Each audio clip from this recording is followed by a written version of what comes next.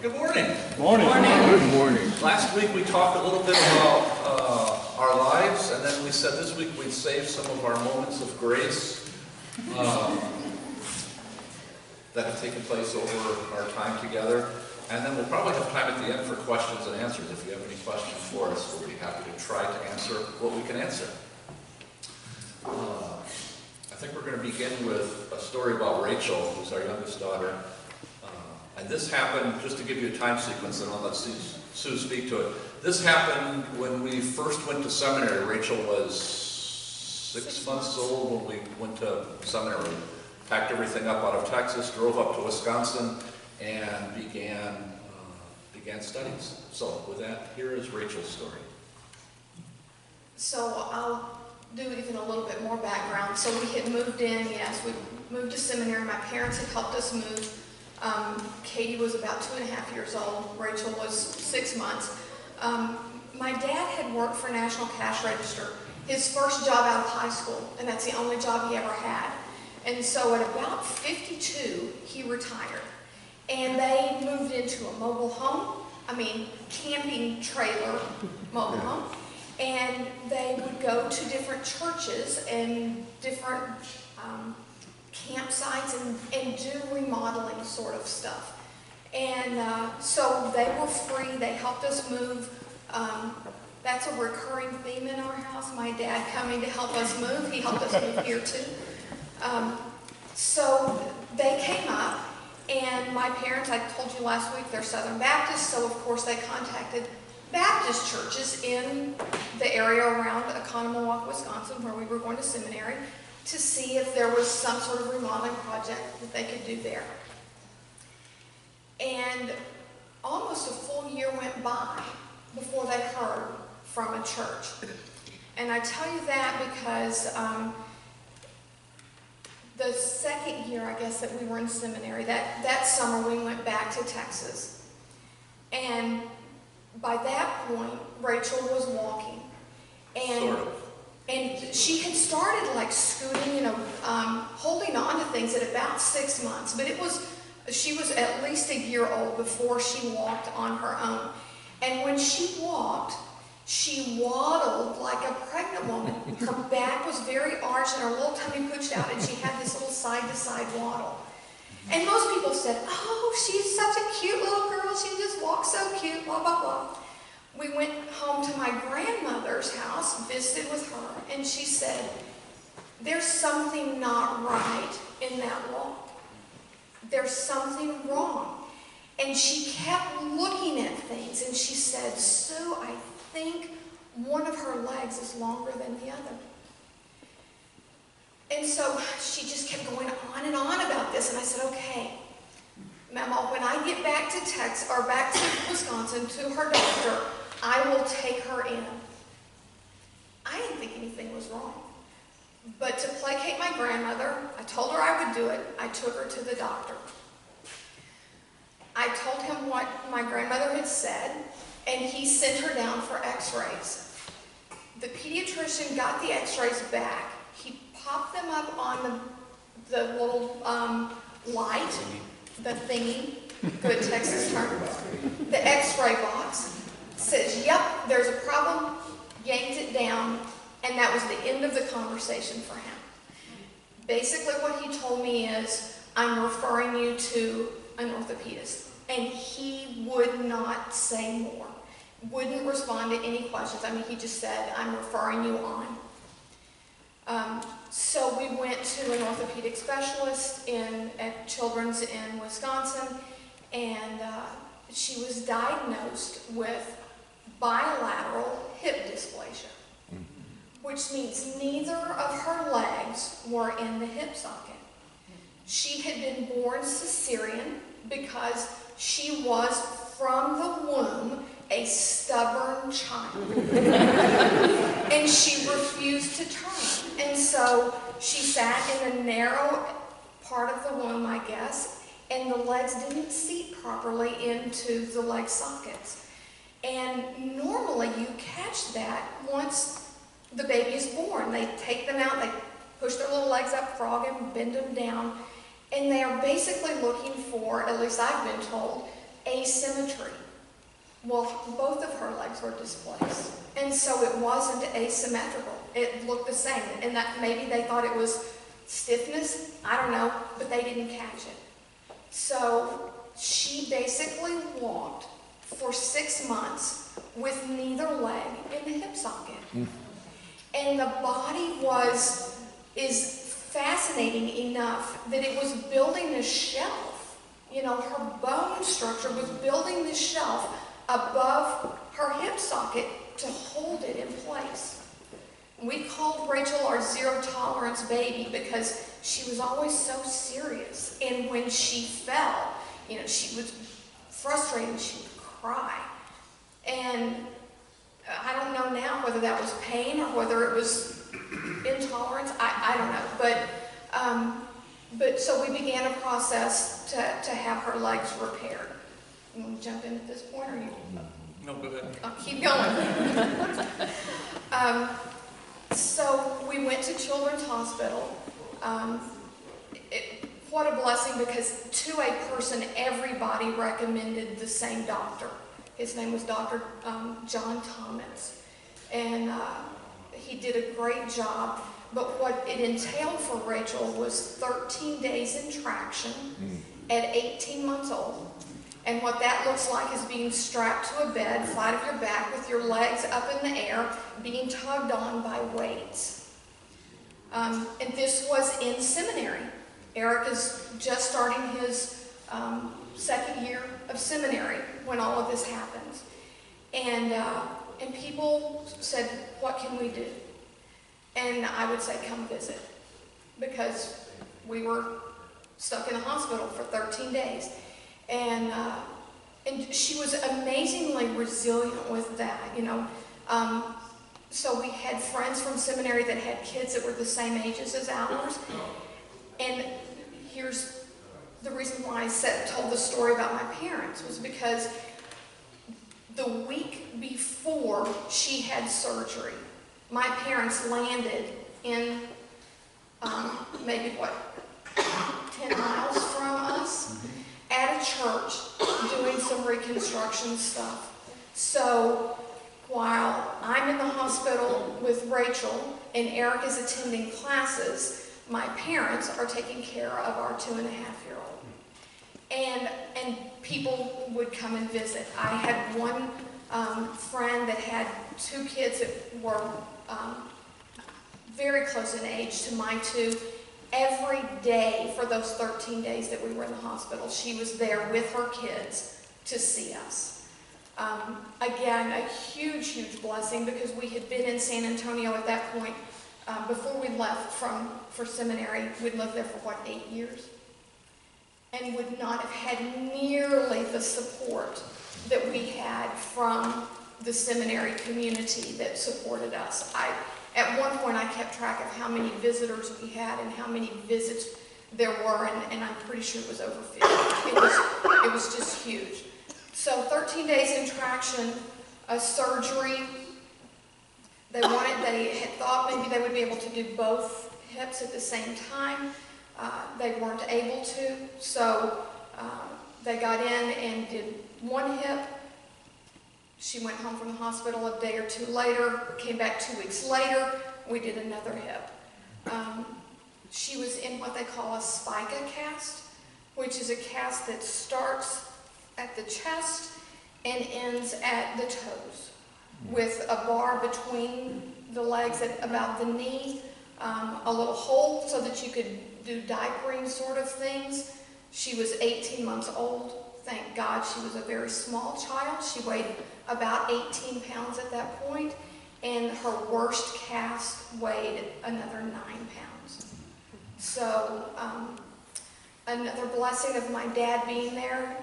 He's very good with carpentry and those sorts of things, and he actually built her a little stand so that we could set that bar on a little rail. She sat on little skids, and he built a little table around it. And because she was growing so fast, they brought us in every 2 weeks for a new cast. And so every 2 weeks it would be a little bit different, and he would do something to modify that little stand so that she could actually be upright and sit at a table and have a little play place. And again, she did remarkably well with it. She went into the hospital saying a few words. She left directing traffic. One of my favorite stories, the dean of the seminary, there were a lot of people who thought that he was kind of cold and distant. And mean. And mean. Yeah, you want to... No. Okay, keep going. One of the traditions of Nashotah House was a back-to-school picnic that landed on the day that Rachel had surgery. And instead of being at that picnic, he was there with us. And when everybody else left, I mean, my parents were there. Eric, of course, was there. There were a few of the seminary friends. Once she was done with surgery, you know, they began to go off. And the dean of the seminary said, "Would you like me to stay for a little bit longer?" And I sent him on his way. I was okay, but he came back to visit. And what we would do with Rachel when she was in traction, we figured out that if we would sit beside her, she was fine. You know, if you hovered over her, she would say, "Hold me." And of course we couldn't. So it didn't take us long to figure out this chair. So the dean of the seminary comes to visit, sits down in the chair, and she says, "No, that's Mommy's chair." And of course he complied. And I think he had a very special place in his heart for Rachel. He loved the fact that she would boss him around, because there weren't very many people in the world that bossed the dean of the seminary around.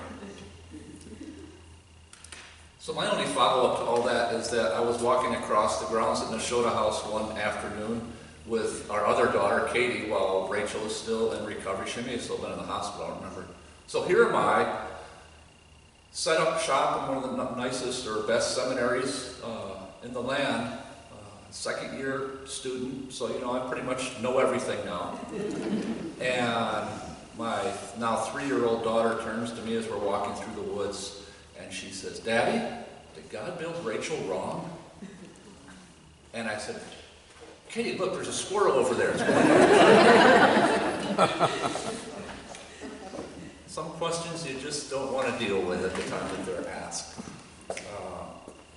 So the bottom line is, Rachel grew up healthy. The healing took place. There were things she couldn't do, like she wanted to be catcher in the softball team, and she couldn't do the squatting stuff.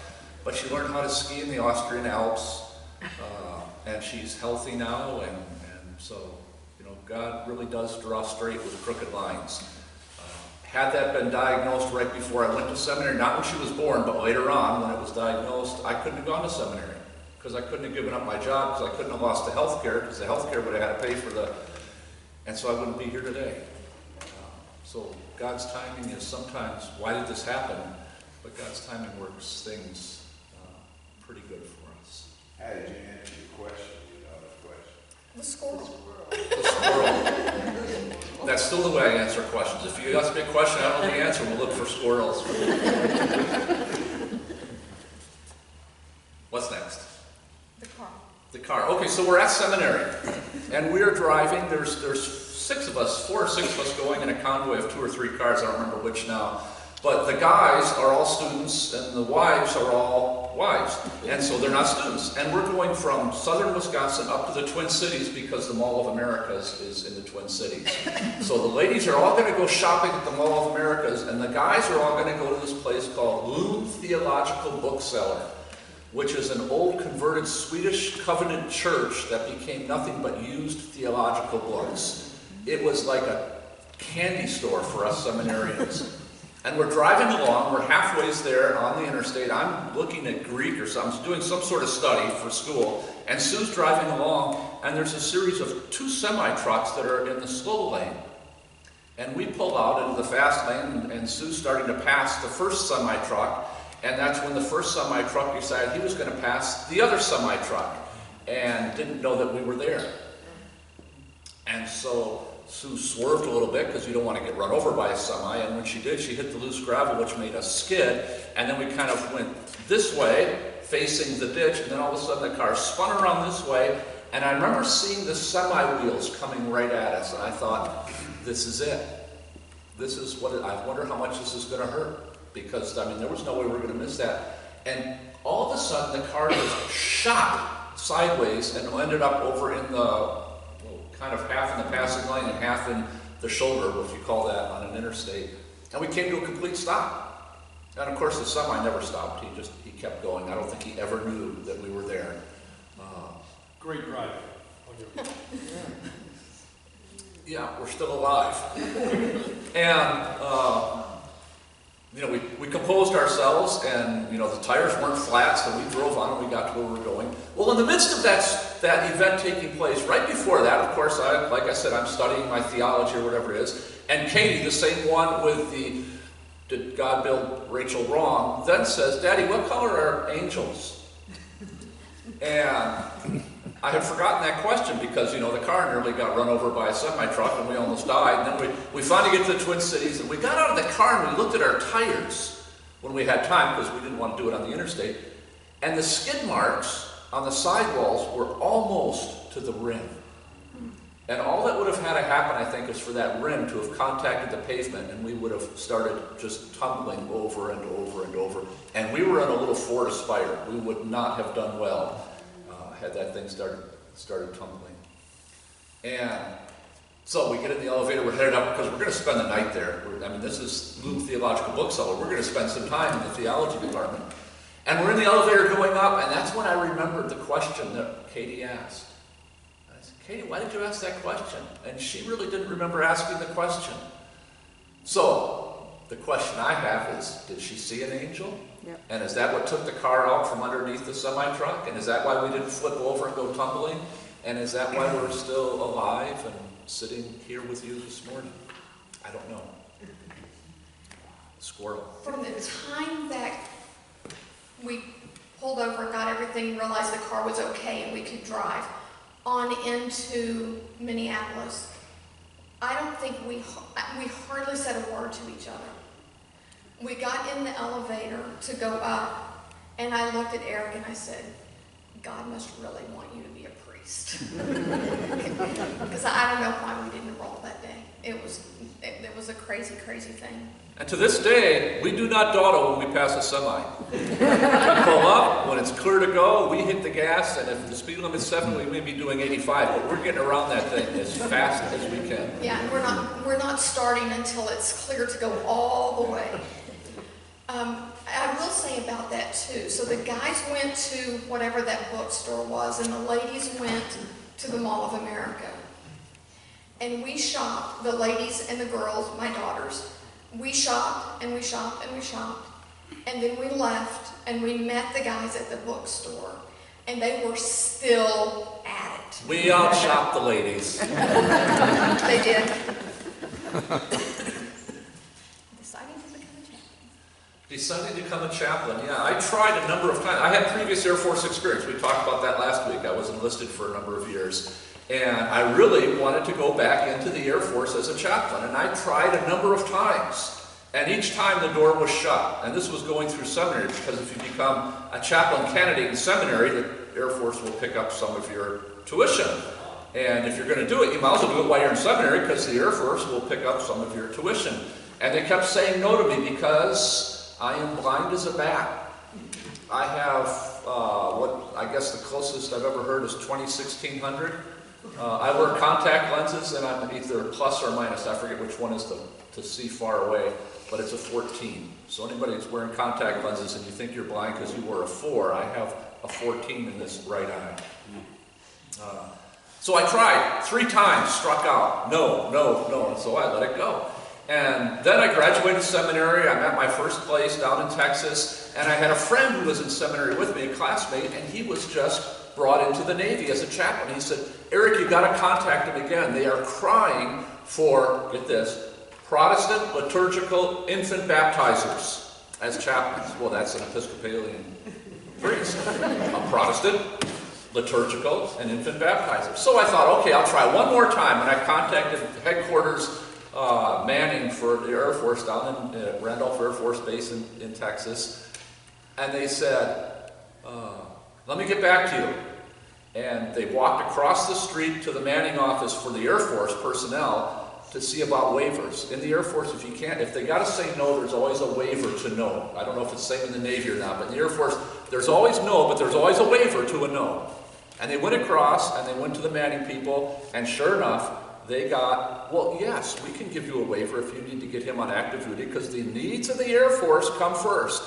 And so they contacted me back, and they said, yes, we will access you on to active duty. We'll bring you in as a first lieutenant and then a captain a few months later, and da-da-da-da-da-da. And so they brought us on, and that kind of changed everything, because we were in a rather fixie little, well, things weren't going well at the church we were at. The priest who was the dean of the cathedral was inhibited for reasons that we won't go into, and things were not going very well, and it was time for us to go back someplace else, and the Air Force was the right fit. And brought on active duty, got my first salute when I got to the gate to get sworn in, which was strange because I'm sitting in a car, and as an enlisted person, you don't salute in a car. And as an officer, you get saluted when you're in your car, and I couldn't figure out how to let go of the steering wheel and salute all at the same time. Figured it out. Was there more we want to talk about with that? So the Air Force allowed me to go to Germany, allowed Rachel to learn how to ski in the Alps, allowed the kids to see so many different sites throughout Europe, and then the opportunity that I talked about last week with ministering to the injured and wounded, and then ultimately the call back to parish life. But it was just a wonderful experience, and really in and of itself quite a miracle, because 3 strikes and you're out. But then all of a sudden the needs of the Air Force came along, and there was a waiver. The Camino sabbatical. Sure. All right.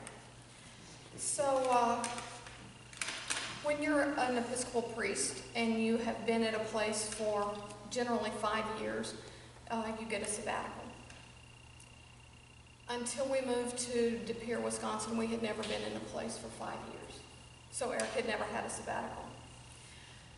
But when it came time for the sabbatical at St. Anne's, there was a priest who told us about a Lilly grant that is available for priests going on sabbatical.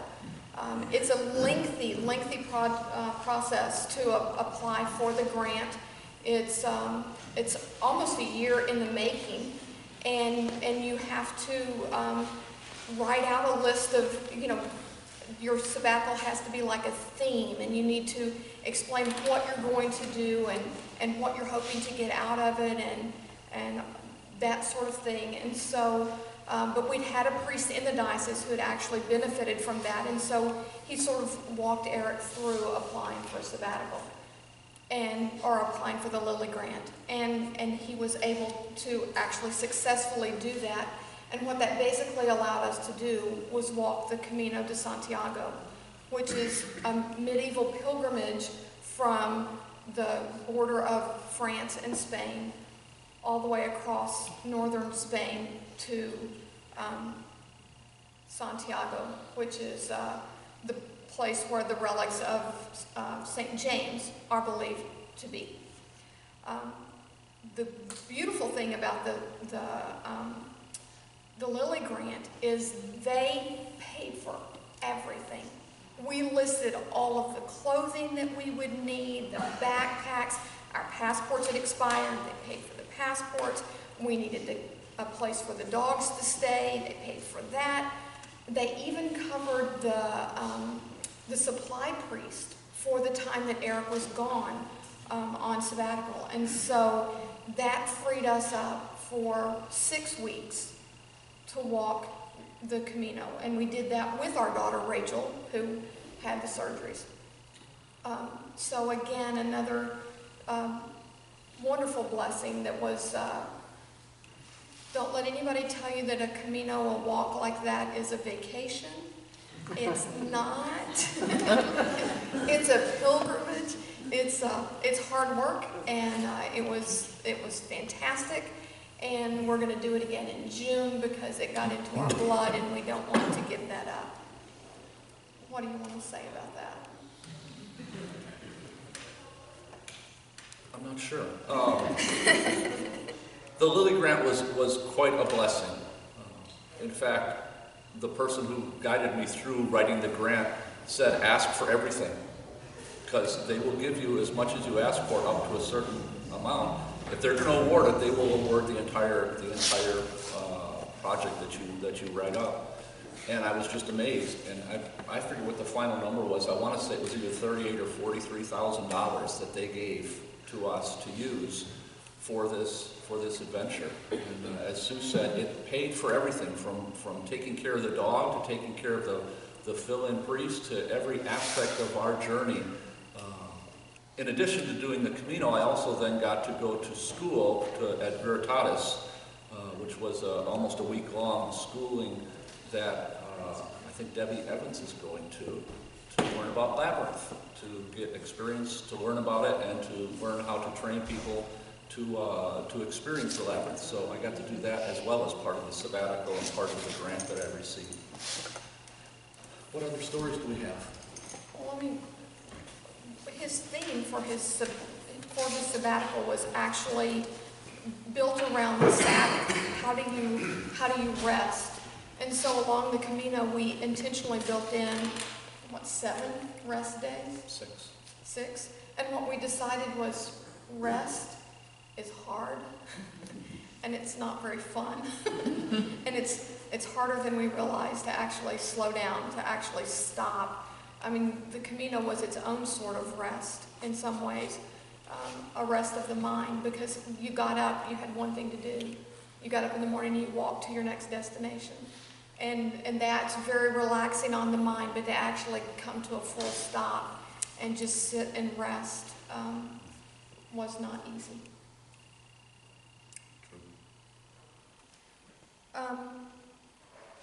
I thought those were our big stories. I mean, there's more that. Did you want to talk about your eye surgery? Oh, yeah, briefly. 2 years ago, we had an eye surgeon, ophthalmologist, I think is the right term, that was part of our parish. And he was quite accomplished. He was in the Navy. He had worked at the White House. He was the eye doctor for one of the first ladies. And he was our eye doctor the whole time we were in Green Bay. And he was tracking my eyes and talking about the cataracts and how they're growing. And he said, you know, let's do this as soon as we can justify to the insurance company that we can get this done. And so we got to that point where... Explain Why why. what? Why would they want to do why was he waiting for the cataracts to grow? So that the insurance would pay for it. Pay for what? I don't know. New lenses in his eyes, because Oh. again, the plus 14 contacts, glasses, Coke bottle thickness. So they were waiting for the cataracts to grow so that the lenses could be replaced. So we did the left eye first. And, well, it didn't go well. There was I don't want to call it an accident, but something happened during the procedure, and when they do the cataract surgery, they go in, and I'm going to get part of this wrong, just do it in layman's terms. They put saline solution or something into the eye flap to keep it open enough while they're pulling the lens out and the cataract out and all this other stuff. And when they did that, the little pocket that they created burst, and there was a hole that went back into the back of the eye. And so they couldn't put a lens in. The eye wouldn't drain properly. The pressure started building. I couldn't see anything out of the left eye. I had thought that was it. I'm not going to ever see again. And for a solid 2 days, 48 hours, I saw a purple pinwheel that was spinning counterclockwise. And it didn't matter if my eye was open or closed because I couldn't see out of the eye. So it was always perpetually just spinning. And I thought, I'm going to go insane if this is what's going to happen. And the doctor from the parish did everything he could. He said he threw his last dart and he referred us to a retina specialist. The retina specialist did a great job. He actually worked on my eye before the cataract surgery because of how bad my eyesight was. They said the retina stretches, and we want to kind of, again, layman's terms, they went in and they spot welded the retina to the back of the eye so it wouldn't tear when they were doing the surgery. And so prior to referring me back to the retina specialist for more work, my eye pressures had grown and grown and grown in the left eye. I guess normal is somewhere between 12 and 20, and the scale goes up to 60, and I was above 60 when they put the little thingy on me, and I was on drugs and eye drops and everything else. He got me to the retina specialist. The retina specialist got me in right away, and he basically opened up my eye again and then vacuumed out all the particles, all the stuff that would not drain as it should have. And then I started to get vision back. And so the bottom, to cut the story short, is that there's no lens in this eye. The natural lens was destroyed when they did the cataract surgery. They couldn't place a regular lens in the eye because it would fall into the back of the eye, and so there's no lens. And so, when you see me up close, you're going to see me wearing readers because my left eye, I ended up with some optic nerve damage. So that which is right in front of me that I'm looking at, like words, they're a little fuzzy. And so I have to use both eyes to read. So I put glasses on, and you'll see that there's no lens in the left eye, because I do have a contact lens in here now, and it's set up so I can kind of read, but I can't read good enough that I'm going to stand in front of the parish and pray from the altar book and try to get the words right, because I will miss words. I'll jump down and around. So I use these glasses, and at the end of the day, I am really fatigued. My eyes, I can work on a computer for so long and that sort of thing, and then I just can't focus anymore. So the right eye is not done. It's still a plus 14 or minus 14. I forget which one it is. The other eye is the opposite, and it's a 4. And so I have two eyes that are really weird. And it's strange because at night I'll take my contact lenses out, and of course my right eye can't see a thing. I mean, it is just nothing but blur. And my left eye, okay, now I can see with my left eye well enough to walk through the house, not step on a dog bone. But I can't see well enough to see the ball that's right under my foot because of the optic nerve damage. So if there's something there, I'm going to go for a trip. So. Yeah, I'm damaged goods. Sorry about that. I told the search team when they were looking that I've got some eye issues. But I can see, I can drive, I can read, I can do everything I need to do.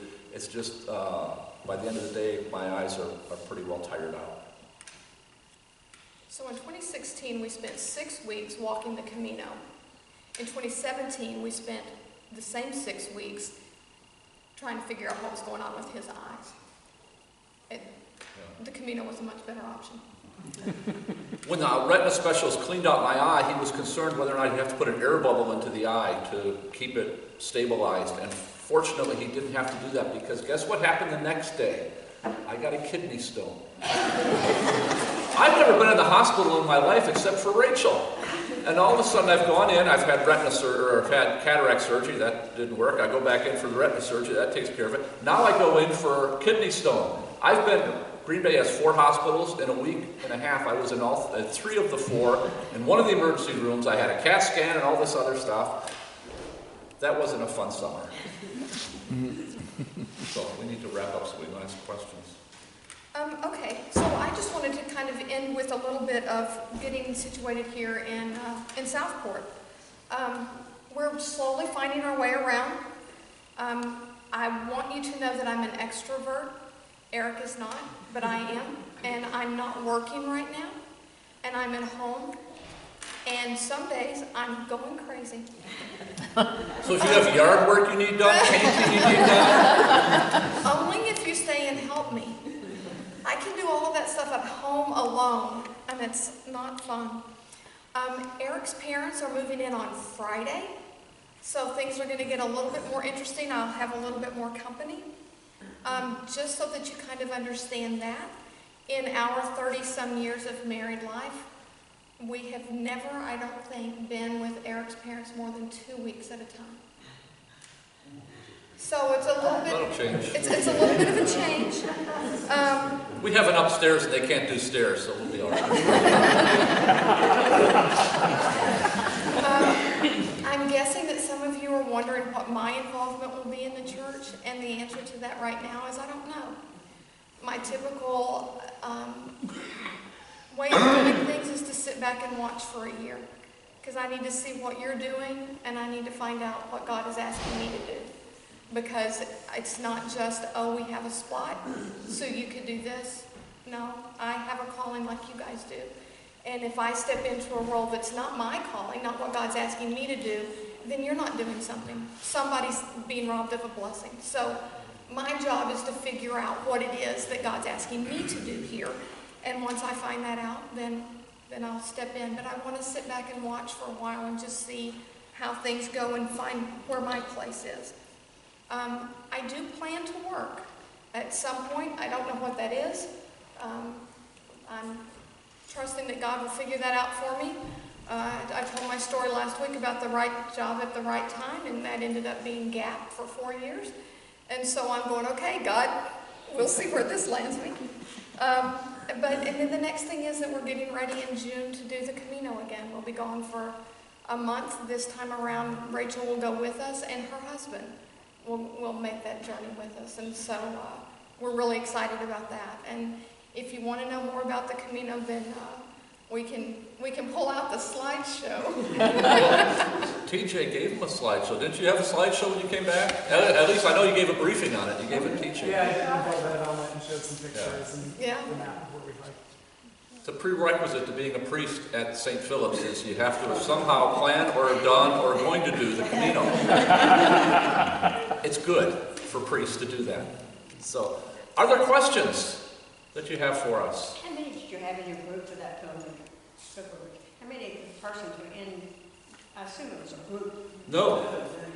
You do it independently? We did it independently by ourselves. We got the guidebooks, we read the literature, and we saw the movie. And then we went and did it. But that year, about 120,000 people over the course of that year did the Camino. And there are many parts of the Camino. There's different ways across Spain to get to Santiago, so it's not just one path. And then some of those paths join in with the one that we walked. And ultimately, you only need to walk the last 100 kilometers, which is about 60 miles, to get credit for actually doing the Camino. And that's where it really gets crowded. When you get to the 100K point, because where we started, it was 790 kilometers to get, which was about 500 miles, 450 miles, to walk to Santiago. And when you get within that last 100 kilometers, the last 60 miles, you get all sorts of, you get schools that bring their kids, and they walk during the day.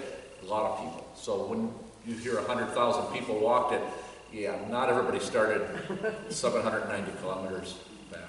Other questions? Speak Spanish? Yes. Yeah. No, I don't. I'm working with Duolingo right now.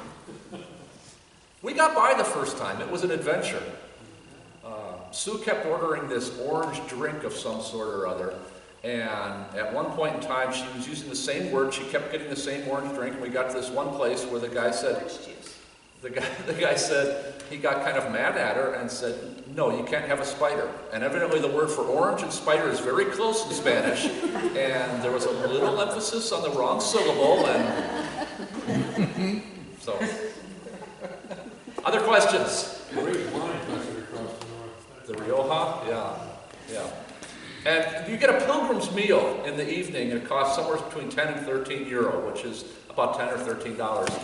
And you get like a 3 or 4 course meal and a bottle of wine. And boy, you can't beat that. You get a bottle of wine and $10. You want to do the Camino?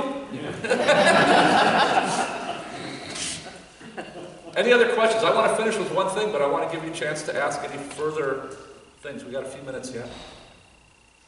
Going once? We're going twice? Aha! You aroused in me a memory of my father, who was an orthopedist, and he, in a medical school setting, and he operated on English bulldogs who were born and have dysplastic hips, and he corrected them to the extent that he could. One thing in this story that's going on in my head, one thing he couldn't fix was we have dachshunds, and they always get bad backs, especially if you pick them up a lot. And I recall he took me into an x-ray room and showed me Richter von der Hockow, Ricky, our dog, showed me his back and where the problem was, and then he put him to sleep. And so those are the thoughts that randomly occurred to me in all of this. Also, I commiserate with you with your eyes. I had a much better outcome with replacement lenses and cataract surgery. So it could go good or bad. And Yeah, my surgery was the fluke. It was just an instrument misbehaved itself, and there was, it just, 1 in 10,000. And just happened to be the priest that got it. But anyway.